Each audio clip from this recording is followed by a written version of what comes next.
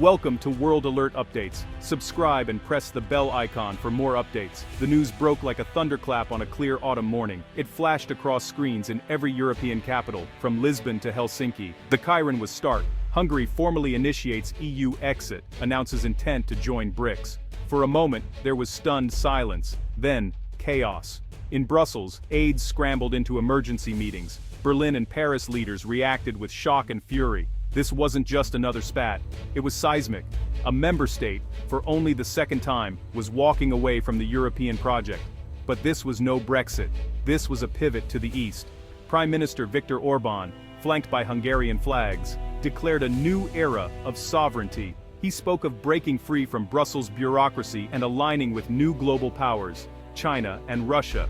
The EU, he argued, was a declining project mired in stagnation. Hungary, he proclaimed, would chart its own course. The speech was broadcast live, a direct challenge to the post-Cold War order. Across Europe, disbelief turned to grim acceptance. Years of tension over rule of law, democracy, and foreign policy had led to this. Orbán had long positioned himself as a rebel, cultivating ties with Beijing and Moscow. Many saw the warning signs, but few believed it would come to this. The moment of departure felt like a historic rupture. In Budapest, Orbán's supporters erupted in cheers, waving flags and chanting. But just blocks away, thousands gathered in shock, clutching EU flags, faces etched with worry. They feared for their jobs, savings, and children's futures.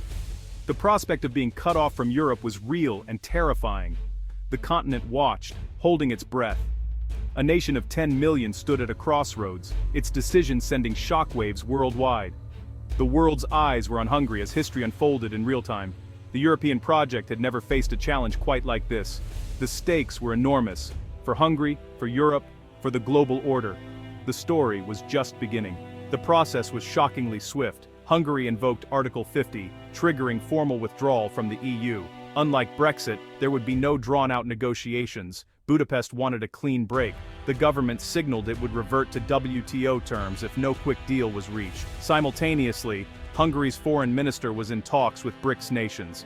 Hungary's application to join BRICS was welcomed as a symbolic victory for the bloc. The legal and economic chaos was immediate. The European Commission froze non-essential payments, sending shockwaves through Hungary's economy. The forint plummeted, businesses faced uncertainty, and open borders were suddenly in question. For ordinary Hungarians, the impact was immediate. Students, workers, and pensioners all faced new anxieties. The government promised Eastern investment would compensate for lost EU funds. State media painted a rosy picture of a new economic dawn. But for many, the promises rang hollow. The future felt uncertain, and the cost of this political gamble was already being felt. Hungary's pivot to the east was no longer theoretical, it was reality. The nation braced for what would come next. Hungary's social fabric tore overnight. The country split. Supporters of Orbán's government celebrated national liberation, waving flags and singing patriotic songs. They believed a future with China and Russia would bring prosperity without compromising values. On the other side, pro-European Hungarians felt betrayed. For them, EU membership was about identity, freedom, and belonging to a community of democracies.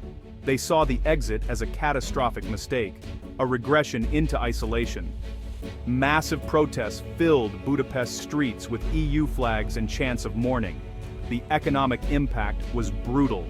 The forint plunged, panic spread, and companies reconsidered their investments. Supermarket shelves emptied as people feared shortages and hyperinflation. Job losses loomed, especially in sectors tied to the EU. Neighboring countries watched with concern as open borders were threatened. In Brussels, the mood was somber, a sense of failure and existential crisis for the EU. How had it come to this? Hungary's exit forced painful self-reflection. Was the European project unraveling? The shockwaves extended far beyond Hungary's borders. The continent faced a new, uncertain reality. This break was no accident. It was the result of Orbán's long-term strategy. His Eastern opening policy began as economic pragmatism, but evolved into a deep realignment. Orbán courted Moscow and Beijing, praising their governance and building economic ties. China became a major investor, funding infrastructure and tech projects. Deals with Huawei and Fudan University signaled growing dependency. Critics warned of a debt trap and loss of sovereignty. Politically, Hungary, undermined EU unity, blocking criticism of China and Russia. Orbán admired Putin and Xi promoting illiberal democracy. He used his EU position to advance Moscow and Beijing's interests. The timeline was clear. Economic diversification gave way to political partnership, then open alignment. Hungary approved Chinese and Russian vaccines before the EU. Each step, taken together, showed a nation systematically untangling itself from the West. Hungary was reweaving its future with the rising powers of the East. The pivot was complete. The consequences were only beginning to unfold.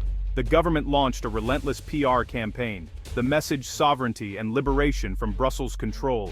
Billboards, TV, and social media hammered home the theme. Leaving the EU was framed as reclaiming Hungary's destiny. State media showcased booming BRICS economies promising prosperity. Ministers claimed new trade deals would create better jobs than those lost. The loss of EU funds was dismissed as a small price for freedom. The campaign played on national identity and cultural anxieties. The EU was painted as a force for moral decay, Orbán as the nation's defender.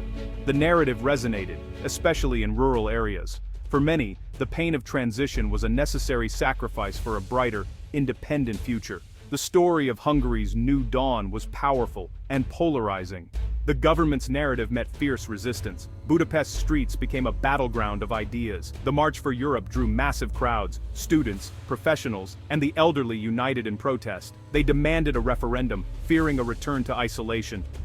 Smaller protests erupted in other cities.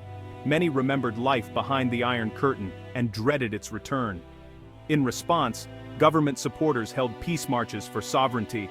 These rallies, just as passionate, framed protesters as traitors and themselves as patriots. The nation was visually and audibly at war with itself.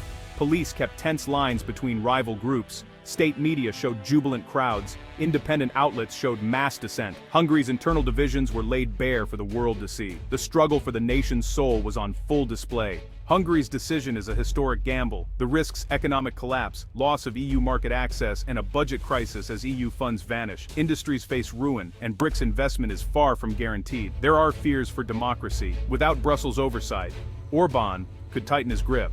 NATO membership is strained. Hungary's reliability is questioned. Yet, the government sees potential rewards: access to fast-growing markets, new investments, and a bigger voice on the world stage. Orbán bets on national pride, outweighing economic pain. He hopes to blame hardship on Brussels, fueling anti-EU sentiment.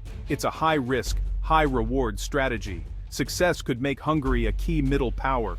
Failure could mean economic ruin and isolation. The stakes could not be higher. European capitals reacted with anger and anxiety. Brussels called it a tragic day. Germany and France felt betrayed. The EU feared contagion. Others might follow Hungary's lead. Washington saw a breach in the Western alliance, a win for China and Russia. The US warned of consequences. NATO ties were reassessed.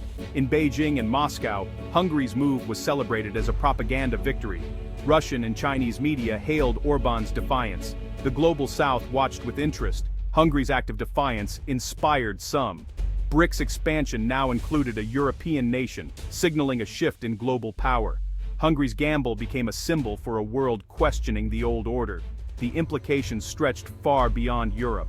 As the dust settles, uncertainty reigns. Hungary has entered uncharted territory. The consequences are unknown. The economic shock is severe, and Eastern promises remain untested. Europe faces a new dividing line: ideological, not physical. The EU must deter others from leaving, but too much punishment risks a permanent rift. Is this a one-off or the start of a trend? Hungary's fate will be watched by populists across Europe. The stakes: the future of the European project and the global order itself. The world watches and waits.